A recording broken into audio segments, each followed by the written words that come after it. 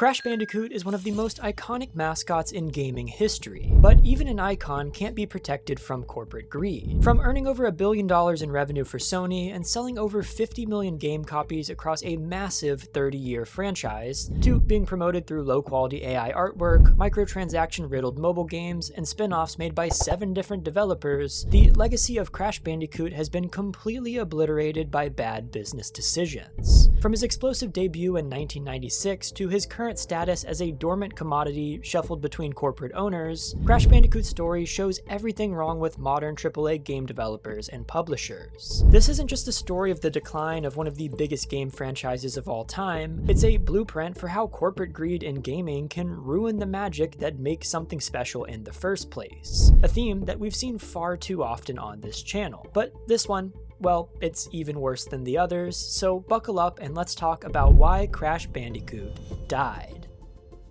Picture this, it's 1994 and 2 ambitious developers named Andy Gavin and Jason Rubin are driving cross-country from Boston to Los Angeles in a beat-up car, dreaming of creating something that can compete with the biggest names in gaming. They just finished developing a fighting game for the 3DO called Way of the Warrior, and while it wasn't exactly a masterpiece, it had caught the attention of Universal Interactive Studios, who were looking to break into the video game business. They looked at the current crop of 2D platformers like Sonic and Donkey Kong Country and asked themselves a simple question. What would happen if you took those experiences and turned them into 3D? Their answer was both crude and brilliant. They called their concept the Sonic's game because players would spend most of their time looking at the character's backside as they ran into the screen. It was a cheeky name, pun intended, that perfectly captured the core challenge. How do you make a compelling platformer when the camera is behind your character instead of to the side, while also utilizing tight, linear level design? Their answer to this question would revolutionize gaming as we know it and define the entire development philosophy of this new game. Universal saw potential, and so did Sony, which was desperate for a mascot to rival Mario and Sonic. Universal greenlit the idea, with the game being developed by the company that Gavin and Rubin had founded nearly a decade earlier as teenagers called Naughty Dog. Sony was given global publishing and marketing rights, and Universal would be the ones to hold the rights to the name and IP. With a 3-way partnership locked in place, the stage was set for a collaboration that would revolutionize platformers and introduce the world to Crash Bandicoot. What should have been a standard 2-year development cycle stretched into an 18-month technical marathon that began in August of 1994 and didn't reach completion until September of 1996. Working out of cramped, non-air-conditioned offices in the brutal California heat, the tiny Naughty Dog team essentially hacked the PlayStation hardware to make their vision work. They pushed Sony's console so far beyond its supposed limitations that Sony engineers were initially convinced that the game would break their system. The developers created custom programming languages, pioneered new rendering techniques, and somehow managed to get hundreds of objects on screen simultaneously when the PlayStation was supposedly incapable of such feats. By the time that the game first became functional in April of 1995, 8 months into development, they had rewritten the rules of what console gaming could achieve. It was undoubtedly an insane feat for such a small team to accomplish. Many people out there would use high-stress situations like this as an excuse to consume nicotine to release some tension, just as over 82 million others do worldwide through vaping. Inhaling toxic chemicals and substances is not the vibe in 2025, so if you want to quit, consider switching to Fume, the sponsor of today's video. Fume is the anti-vape, a simple, satisfying way to replace bad habits without inhaling anything harmful. It's an award-winning flavored air device with only natural flavoring and nothing else. It's 100% nicotine-free, has no vapor, no batteries or charging, and no nonsense. One of my best friends used Fume as a mindful way to get away from his chronic vaping habit that he had since college, and I've seen this product work firsthand. It's a way to reach for something better, something more natural to keep your hands busy and away from toxic habits that are probably wreaking havoc across your lungs and body. It feels nice too, and I was genuinely surprised at how sturdy and well made my Fume was, with a premium weighted design that feels good in your hands and is super satisfying to fidget with. And the flavors are actually good too, with options like crisp mint, white cranberry, and orange vanilla. Over 500,000 people have already made the switch to Fume as part of their habit change journey, and if you're ready to try it for yourself, now is the time. For a limited time, if you order the Journey Pack using my code ROBOCAST, you'll get a free Fume topper, an awesome accessory to level up your experience. Click the link in the description or scan the QR code on the screen right now to get yours today. Now, back to the story of Crash Bandicoot, because the game was nearing completion. When Crash Bandicoot finally launched on September 9th, 1996, it wasn't just a game, it was a statement. It was Sony declaring war on Nintendo and Sega, complete with an aggressive marketing campaign featuring a guy in a Crash costume, taunting Nintendo's headquarters with a megaphone. Truly beautiful stuff. In the game, players took control of Crash, a witty and funny marsupial traversing linear levels set on Insanity Island. Anyways, the gameplay loop was quite simple and appeared to be the same as any other platformer. But beneath the surface was tight, memorable level design that rewarded precise timing and risk-taking. Each world had a distinct flavor, and all of this was tied together by the game's strong personality and charm. It was a masterpiece, and the response was extraordinary. Retailers sold out within days, and by the end of 1996, over 6 million copies had flown off the shelves. Critics praised the game's technical wizardry, applauding how it pushed the original PlayStation to render fully 3D worlds door to door without a single slowdown. But this triumph brought unforeseen tensions. Sony demanded more iconic mascots, Universal wanted bigger returns, and Naughty Dog, still a small game development studio, yearned for creative space to innovate. Just 8 months later, Crash Bandicoot 2: Cortex Strikes Back was released in November of 1997. This sequel transitioned from a linear structure to a more expansive hub world where Crash could explore branching paths before launching into levels. New mechanics, like the body-slamming Cortex reactor move, added depth, while crates were color-coded to telegraph upcoming challenges. And the narrative took a darker turn when compared to the first game, as Dr. Cortex kidnapped Crash's friends for his own ends. Fans embraced this deeper story and refined control, sending sales past 5 million units and setting a new standard for console sequels. And by May of 1998, Crash Bandicoot Warped pushed boundaries even further with time trials, relic hunts, and a diverse array of vehicle-based levels from jet skis to hovercrafts. Each warp room led to 5 levels plus a hidden boss stage, challenging players to master every trick. The addition of a 4-player battle mode, unlocked with cheat codes, foreshadowed Crash's later foray into kart racing. Thanks to this wealth of content and near-flawless polish, Warped sold over 7 million copies worldwide, solidifying Crash's status as PlayStation's premier mascot and making the original trilogy the golden standard of 3D platformers. Things seemed perfect, but well, that wasn't the case behind the scenes. By 1999, warning signs were already appearing on the horizon. Universal Interactive's relationship with Naughty Dog had deteriorated to the point where Jason Rubin would later describe it as hostile and brutal. The developers wanted to move on to new projects and explore different genres, but Universal wanted them to keep cranking out Crash games indefinitely. The fundamental problem was structural. Universal owned the character, Sony handled publishing, and Naughty Dog did the actual development. This three-way arrangement worked fine when everyone was making money, but it created an inevitable conflict when priorities diverged. Universal saw Crash as a cash cow to be milked endlessly, Sony was satisfied as long as they had PlayStation exclusives to sell consoles, and Naughty Dog, the people who actually understood what made Crash special, were treated like hired hands rather than creative partners. After completion of Crash Team Racing in 1999, an awesome kart racing spin-off game, Naughty Dog walked away from the series entirely. The studio had fulfilled their contractual obligations and wanted to pursue other projects, eventually creating Jak and Daxter for the PlayStation 2. This should have been a massive red flag for Universal, because losing the creative team behind your billion-dollar franchise is typically not a good sign. But corporate executives don't think like game developers. Instead of trying to understand what made the original game successful, Universal approached the situation like any other business problem. They'd simply hire someone else to make more Crash games. I mean, how hard could it be? After all, they owned the character, they had the previous games as templates, and there were other game development studios looking for work. And this decision is what would lead to the downfall of the entire franchise. Universal's solution was to hand the next game over to Traveller's Tales, a British studio that specialized in adapting existing properties into games. They'd worked on Sonic games for Sega and were considered competent, if not particularly innovative. This was before the licensed LEGO games that put them on the map, so they didn't have the notable reputation that they have today. The plan seemed straightforward. Create another Crash Bandicoot game called The Wrath of Cortex for the PlayStation 2, showcase the new console's power, and continue the franchise's success. What could possibly go wrong? Traveler's Tales was given just 12 months to develop the game from scratch, a timeline that would have been challenging even for the original creators, let alone a new team trying to figure out what made Crash work. The developers originally pitched a more ambitious open-world approach to the franchise, but Universal rejected anything too different from the proven formula. The result was exactly what you'd expect from a rushed, committee-designed sequel, a competent but soulless imitation of better games. The Wrath of Cortex hit all the surface-level elements that executives thought mattered, the same running and jumping, the same crate smashing, and the same basic structure, but it missed everything that actually made the original game special.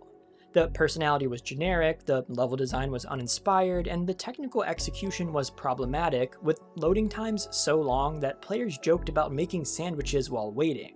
Commercially, the Wrath of Cortex was still extremely successful though, selling over 7 million copies across multiple platforms. But critically, it was clear that something essential had been lost. Reviews consistently noted that while the game wasn't bad, it felt more like a hollow imitation of the classics. More importantly, it established a pattern that would plague the franchise for years. Games that looked like Crash Bandicoot, but lacked the creative spark that made the original series memorable. Recognizing that simply copying the old formula wasn't sustainable, the franchise entered a period of wild experimentation. Crash Twinsanity, released in 2004, represented Traveler's Tales' attempt to reinvent the series with a more open-world structure, darker humor, and innovative gameplay mechanics like having Crash team up with his nemesis, Dr. Cortex.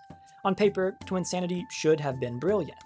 The concept was genuinely creative, the art direction was unique, and the soundtrack was outstanding. But the execution was a disaster, plagued by the same corporate mismanagement that hurt The Wrath of Cortex. Despite having more development time than most Crash games, the team spent too much time in pre-production, constantly changing direction and adding new features without properly implementing them.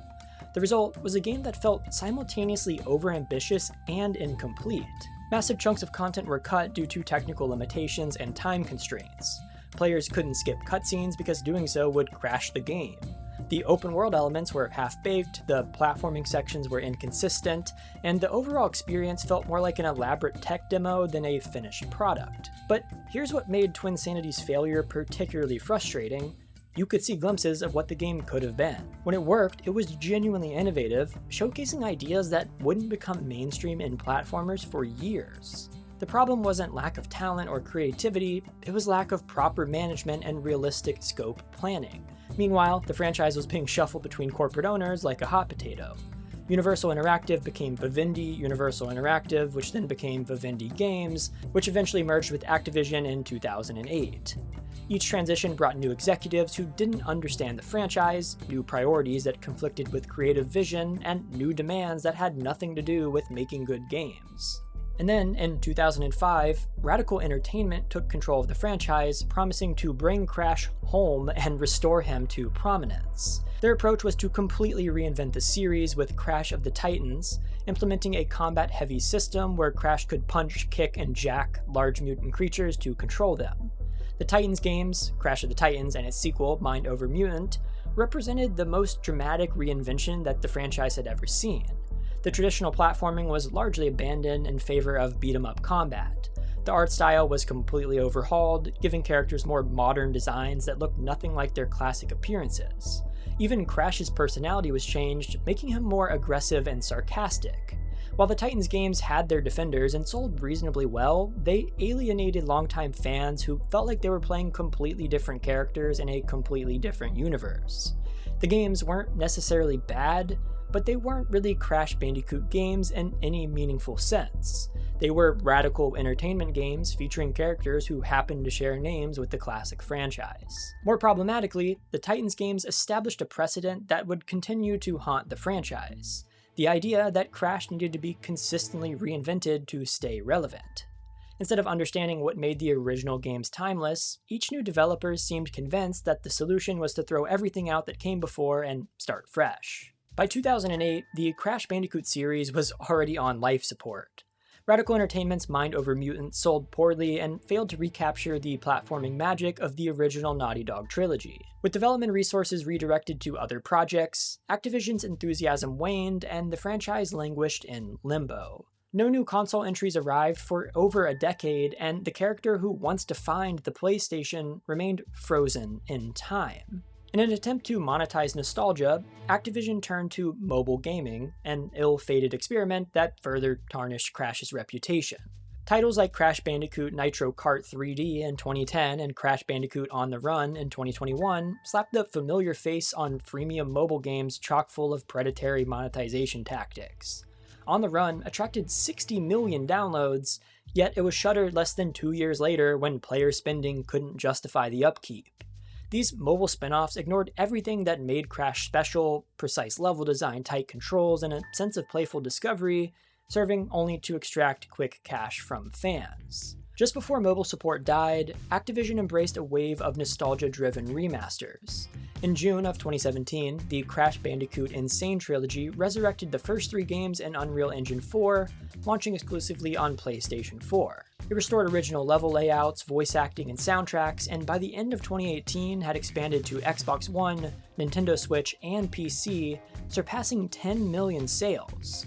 Players applauded the visual overhaul and faithful recreation, though some criticized the lack of new content and staggered release schedule as opportunistic rather than visionary.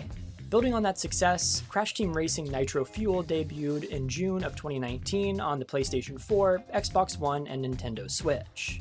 This fully featured remake of the 1999 kart racer added new tracks, online multiplayer, battle arenas, and extensive customization options. Monthly events, seasonal challenges, and crossover characters kept the community engaged, and Nitro Fueled sold over 4 million copies in its first year and was a really good game.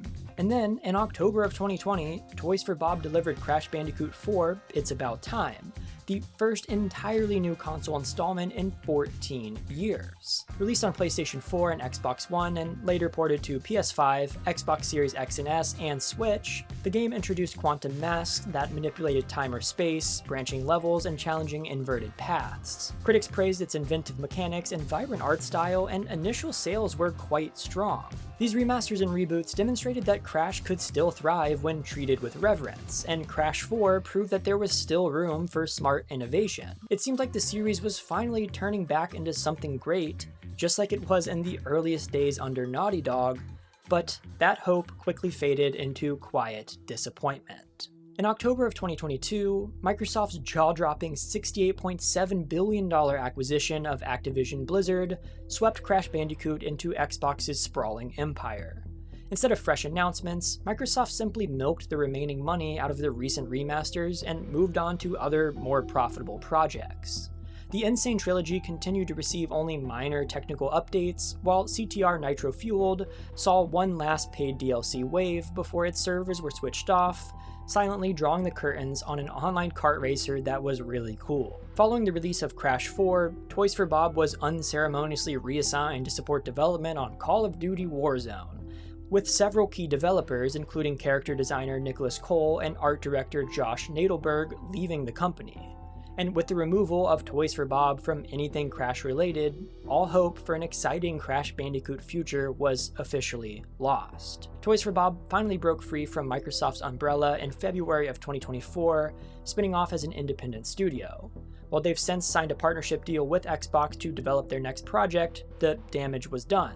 The team that lovingly crafted Crash 4 had been scattered to the winds, yet another casualty of corporate priorities that valued live service revenue over creative vision. Today, Crash sits buried among dozens of Activision properties on the Xbox Store and Game Pass library, an emblem of corporate consolidation more than a living franchise. The irony is there because Sony's former flagship mascot now lives under Xbox's umbrella, yet exhibits none of the marquee treatment afforded to Microsoft's priority brands.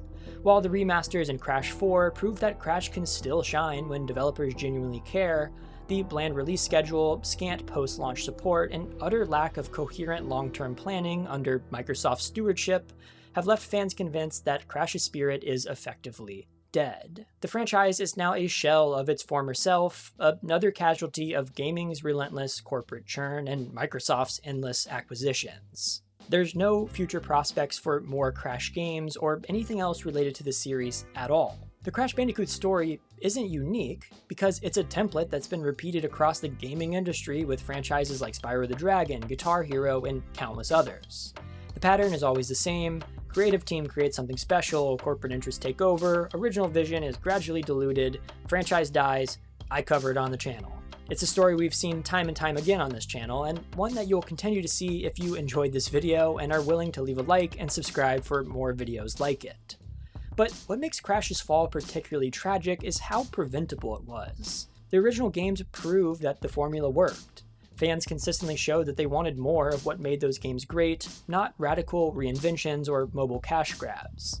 The tools and talent needed to create worthy successors existed, they just weren't being used properly. The crash that killed Crash Bandicoot wasn't a single catastrophic event, it was a death by 1,000 cuts, each one inflicted by people who cared more about quarterly profits than preserving gaming history. And until that fundamental attitude changes with AAA game developers, we're likely to see many more beloved franchises follow the same path. Did you ever play any of the Crash games? Which one was your first? Which one did you like the most? Do you think there's a future for Crash Bandicoot? Let me know your thoughts in the comments. I love seeing what everyone has to say, and I'd love to learn a bit more about this story if you have some knowledge that I didn't cover. And if you or someone you know needs to quit vaping, check out Fume using my link in the description below. I hope you enjoyed the video. I will see you next time, and peace.